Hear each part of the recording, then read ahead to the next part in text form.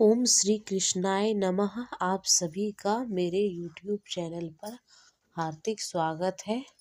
आप सभी का दिन शुभ हो। आप सभी के मनोकामनाएं भगवान श्री कृष्ण पूरी करे। आज के इस वीडियो में माघ मास का 12वां अध्याय सुनेंगे। यमदूत कहता है कि जो कोई प्रसंगवश भी एकादशी का व्रत को करता है वह दुखों को प्राप्त नहीं होता।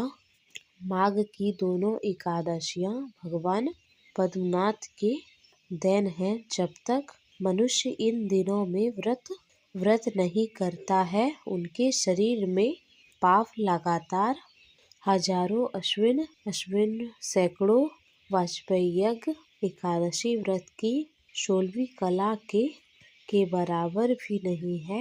एकादशी के दिन व्रत रखने से 11 इंद्रियों से किए हुए सभी पापों का नाश हो जाता है।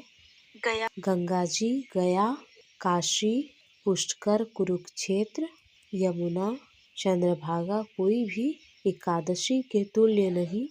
इस दिन व्रत करके मनुष्य अनायासी वैकुंठ लोक को प्राप्त करता है। एकादशी को व्रत और रात्रि जागरण करने से माता पिता और के 10-10 पीढ़ियां उद्धार पाती है और वह पीताम्बरधारी होकर भगवान के समीप रहने लगते हैं।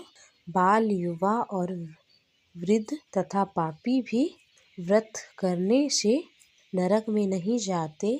यमदूत कहता है, हे वैश्य, मैं सूक्ष्म में तुमसे नरक से बचने का उपाय बताता हूँ। धर्म कहता हूँ मन, धर्म और कर्म से प्राणी मात्र का इंद्रियों को वश में रखना, दान देना, भगवान की सेवा करना, नियम पूर्वक धर्म का पालन करना, इन कर्मों के करने से मनुष्य सदा नरक में जाने से बचता है। स्वर्ग प्राप्त करने की इच्छा से मनुष्य यदि गरीब भी हो तो जूते, छतरी, अन्य धन, जल कुछ न कुछ तो दान अवश्य देना चाहिए।